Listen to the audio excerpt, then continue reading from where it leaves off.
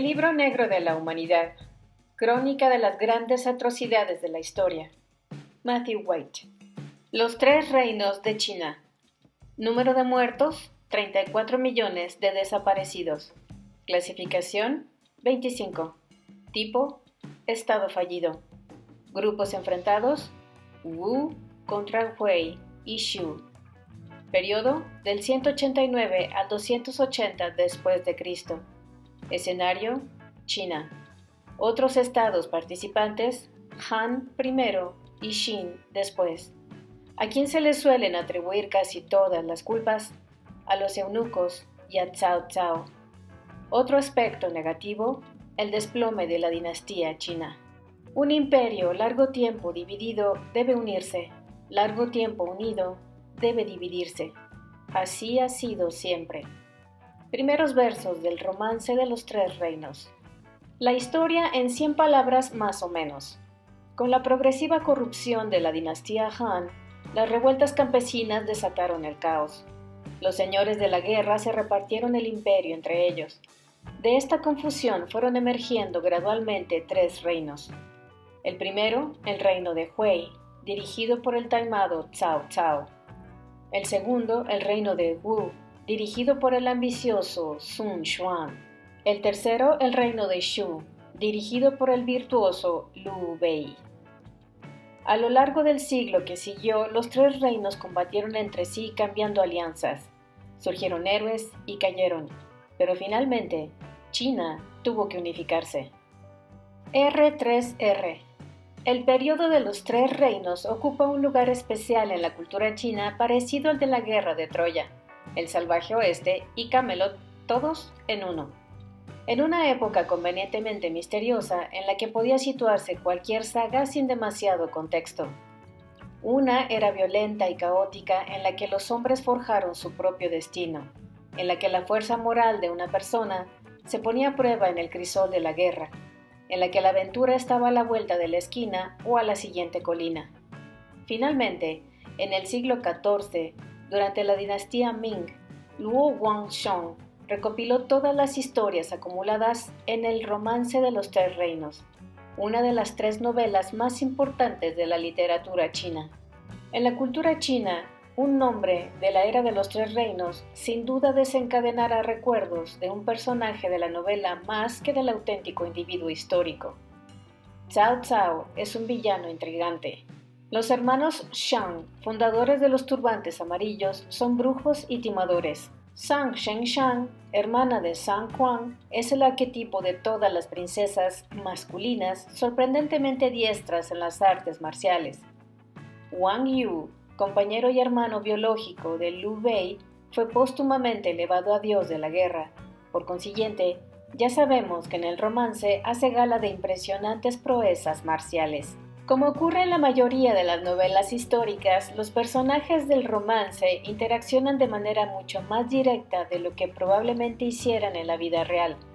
Todos ellos con profundas amistades personales, amores y vendetas que hacen avanzar el relato. Pueden dividirse en héroes y villanos de forma mucho más clara que las personas reales. La historia es lógicamente popular y la película Acantilado Rojo, dirigida en 2007 por John Woo y basada en sucesos de los Tres Reinos, es la más taquillera de la historia de China. Ahora retrocedamos y veamos cómo se desarrolló esta época de caos. El comienzo. Rebelión de los turbantes amarillos. 184 a 188 después de Cristo. La primera versión de la dinastía Han había caído en manos de Wang Meng, porque la familia política imperial ostentaba demasiado poder. Así pues, cuando Lu Xu, quien fuera emperador Wang Wu, restauró la dinastía Han, intentó algo diferente. Esta vez el emperador se rodeó de eunucos, que fueron, literalmente, apartados de toda relación familiar y que presumiblemente solo habrían de ser leales al emperador. Por desgracia, en la práctica los eunucos se revelaron mucho más egoístas que la familia política imperial, porque tenían que disfrutar de su poder ahora en vez de traspasarlo a sus hijos. Durante el reinado del emperador Ling, una camarilla de eunucos de palacio, los 10 asistentes regulares, controló el gobierno y saqueó el imperio en su propio beneficio.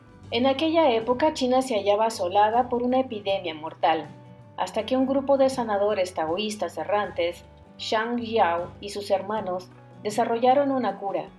Teniendo en cuenta el estado de la medicina en aquellos tiempos, si su cura funcionó de verdad, entonces la enfermedad debió ser imaginaria o alguna dolencia que normalmente se curaba por sí sola. Posiblemente su cura fue un placebo o simplemente un rumor. Existe incluso la remota posibilidad de que se tratase de algún conocimiento esotérico popular que hoy en día se ha perdido. En cualquier caso, mientras los hermanos viajaban por el imperio atendiendo a los enfermos, acumularon gran número de agradecidos seguidores. Escuchaban las quejas de tantos sufrimientos e injusticias y ofrecían esperanzas. Con el tiempo se convirtieron en líderes de una importante sociedad secreta de plebeyos descontentos. Les unían las contraseñas y los rituales, y todos los miembros reclutaban más adeptos entre sus amigos y vecinos de confianza. Finalmente, los hermanos Shang se levantaron contra el poder tiránico de los eunucos de palacio. Para identificarse en batalla, los rebeldes se pusieron pañuelos amarillos, tradicional aunque incorrectamente traducidos por turbantes amarillos. Cosecharon al principio un tremendo éxito derrotando por lo menos a 3 grandes ejércitos lanzados contra ellos. Estallaron otras revueltas a consecuencia del éxito de los turbantes amarillos. La rebelión de los 5 picos de arroz, llamada así porque esta era la cuota de iniciación para entrar en la sociedad secreta, estableció un reino teocrático en Sichuan en 184. A pesar de que dicho reino fue pronto destruido, el movimiento se convirtió finalmente en el camino de los maestros celestiales, un culto taoísta que ha fluctuado dentro y fuera de la respetabilidad a lo largo de la historia china. No obstante, al cabo de un año, la principal insurrección de los turbantes amarillos había sido sofocada y 500,000 de chinos habían muerto, entre ellos los hermanos Shang. Quedaban todavía algunas bandas independientes y cada vez que parecía que la última había sido aplastada, otra insurgencia irrumpía en otro lugar. El final se produjo cuando los últimos 300,000 rebeldes armados, junto con sus familiares civiles, al parecer 1,000,000 de personas en total, se rindieron al general Cao Cao, que mantuvo a este contingente armado como una unidad especial bajo su propio mando. El fin del mundo. En 189 murió el emperador Ling sin heredero directo, pero su viuda, la emperatriz regente, y su hermano He Jin, comandante del ejército, elevaron a uno de los parientes de Ling al trono convirtiéndolo en el emperador Shao. Los 10 asistentes regulares se opusieron de nuevo al emperador, por lo que éste convocó a He Jin y al ejército a la capital de Luoyang, en la llanura del río Amarillo, para asustarlos y obtener su obediencia. Mientras el ejército acampaba fuera de Luoyang, los 10 asistentes regulares falsificaron una orden imperial que instaba al general He Jin a reunirse con su hermana en palacio. Al alejarse de su ejército, los eunucos le tendieron una emboscada y lo mataron. Exhibieron su cabeza en las murallas de la ciudad para amedrentar al ejército, pero con esto solo consiguieron enfurecer a los soldados. Atacaron la ciudad y masacraron a todos los eunucos, arrancando los pantalones a todos los hombres que encontraban y que quisieran salvar su vida para poder comprobar sus genitales. Con los soldados desprovistos de líderes y los burócratas sin pantalones corriendo como locos en la capital, el caos se extendió por toda China. El general Dong Zhuo sacó a su ejército de la frontera norte y se dirigió hacia Luoyang, derrotando a todo aquel que se cruzase en su camino. Sustituyó al emperador Shao por el hermano pequeño de aquel que gobernó con el nombre del emperador Xian. Otros ejércitos convergieron en la capital para expulsar a Dong Zhuo, que hizo arder Luoyang hasta los cimientos y se retiró a la capital secundaria de Shenzhen.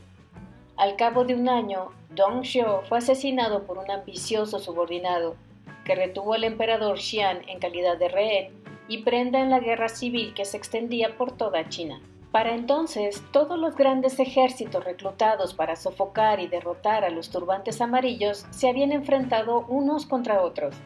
Al principio, 2 tipos de contendientes combatían por hacerse con el control de China. La nobleza terrateniente reclutó ejércitos de campesinos para sofocar rebeliones locales y mantener alejados a otros aristócratas ambiciosos. No obstante, estos ejércitos de aficionados No tardaron en combatir con ejércitos profesionales dirigidos por oficiales de carrera, recientemente destacados en la frontera. Gran parte de estos conflictos terminaron con la victoria de los profesionales, y pronto la guerra civil estuvo totalmente en manos de ejércitos desarraigados en vez de la nobleza. Hay 5 operaciones posibles para un ejército. Si puedes luchar, lucha.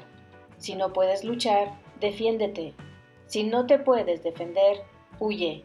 Si no puedes huir, ríndete.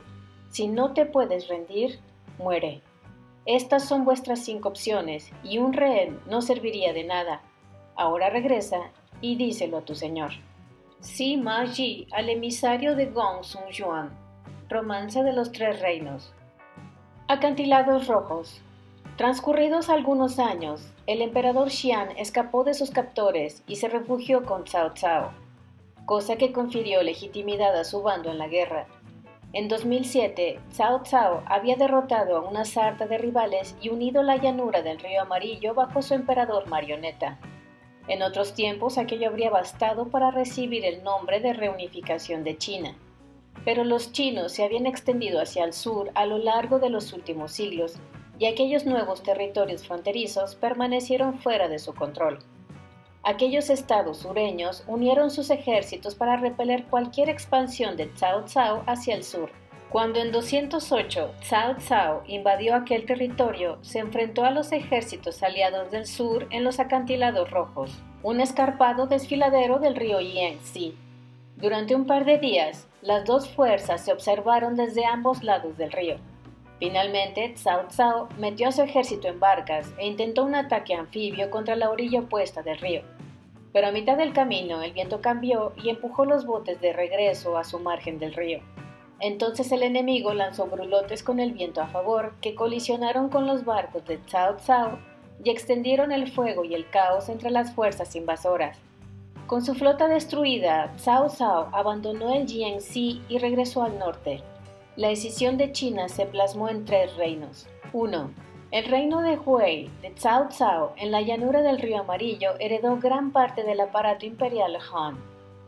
2. El reino de Hu de Sun Quan ocupaba la mayor parte del sur de China a lo largo del valle del río Yangtze hasta Indochina. 3. El reino de Shu de Liu Bei estaba encajado en la amplia cuenca de Sichuan en torno al curso del alto del río Yangtze. Todos y cada uno de estos reinos se declaraban leales al emperador y se proclamaban legítimos herederos en la dinastía Han, a diferencia de los otros 2 territorios gobernados por usurpadores rebeldes. Liu Bei de Shu era el único señor de la guerra con auténticas raíces en la familia imperial, aunque no fuera más que un parentesco lejano en el mejor de los casos. Remodelación. A la muerte de Cao Cao, en 2020, este era todavía técnicamente súbdito del emperador Han. No obstante, su hijo Cao Pi depuso al emperador Xian para instalarse él mismo en el poder. Esto provocó la ruptura del reino de Hui con las viejas formas, haciendo que Liu Bei declarase la soberanía del reino de Shu. Para no quedarse fuera, Sun Quan proclamó la independencia del reino de Wu. A su debido tiempo, estos reinos pasaron a manos de sus vástagos. La personalidad dominante de esta fase de la historia fue el general Zhuge Liang de Shu, uno de los arquitectos de la victoria de los acantilados rojos. La creencia popular atribuye a su brujería la aparición del viento que propagó el fuego que destruyó la flota de Cao Cao. Los chinos recuerdan a Zhu Yi como gran maestro estratega y legendario inventor de numerosos y astutos artilugios, como una ballesta de repetición, la cometa, la linterna flotante, las bolas guisadas semejantes a las albóndigas y un par de cosas llamadas el buey de madera y el caballo deslizante, que tradicionalmente se representaban como máquinas impulsadas por la gravedad, pero que hoy en día se supone que eran 2 tipos de carretillas.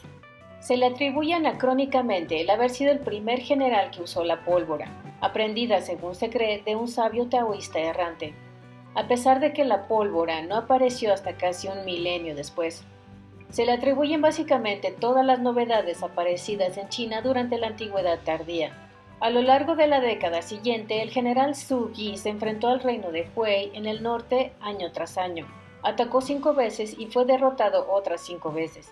¿Por qué nos interesa su completo fracaso a la hora de conseguir lo que se proponía? Porque al rechazar una y otra vez a Zhu Liang, el general Sima Yi de Wei destacó como el salvador del reino. Ahora que el reino de Wei estaba en supervivencia con un héroe de guerra de la familia Sima, la estrella de Sima ascendía mientras que la de Zhao se ocultaba. A medida que el trono pasaba de un vástago Zhao a otro, los emperadores eran cada vez menos impresionantes, con reinados más cortos, y el reino dependía cada vez más del canoso general Sima Yi para que las cosas funcionasen. Finalmente, en 251, durante el reinado del quinto Zhao, Sima Yi se autoproclamó emperador de la nueva dinastía Jin y ejecutó a todos los Zhao que pudo encontrar acusándolos de traición. Sima Yi murió al cabo de un año, pero su legado sobrevivió bajo su nieto. A lo largo de los 15 años siguientes, la dinastía Jin de Sima conquistó el sur de China, poniendo fin a la era de los 3 reinos. El imperio, largo tiempo dividido, debe unirse. Largo tiempo unido, debe dividirse. Así ha sido siempre. Penúltimos versos del romance de los 3 reinos. Advertencia que vienen las matemáticas. Durante el siglo de paz y prosperidad bajo la última dinastía Han, la población china creció de forma extraordinaria. Pero cuando se terminó la paz, la población disminuyó drásticamente. El censo Han de 140 después de Cristo arrojó la cifra de 9.7 millones de hogares y casi 50 millones de individuos que vivían en el imperio. Cuando la dinastía Jin contó los habitantes en el imperio reunificado en 280 después de Cristo, tras un siglo de guerra civil, el censo tan solo encontró 2.5 millones de hogares y 16 millones de individuos. Los 34 millones de personas desaparecidas probablemente no estuvieran todas muertas. Pero ¿cómo convertimos esta única y sólida estadística en una cifra de muertos increíble? Normalmente, si tengo muchas estimaciones diferentes para obtener un número de víctimas, prefiero sacar una medida utilizando la mediana. Pero en este caso, tan solo hay una sola cifra, o la tomas o la dejas. Por otro lado, he descubierto un áspero atajo que a veces proporciona un punto medio razonable entre estimaciones muy divergentes. La media geométrica de los límites de plausibilidad más altos y más bajos a menudo se aproxima a la media de cálculos más convencionales. En este caso, el máximo absoluto plausible de número de muertos es evidente. Quizás aquellos 34 millones de personas murieron de verdad en la caída de la civilización Han. Ahora bien, ¿cuál es el mínimo absoluto de los que pudieron haber muerto? Para que un desplome de la población sea tan evidente, tuvo que morir por lo menos medio millón. Esto equivaldría a 1% de la población de China, y solo unos 6.500 al año. La media geométrica de estos dos números se sitúa en torno a los 4.1 millones, que es la cifra que he utilizado para clasificar este suceso.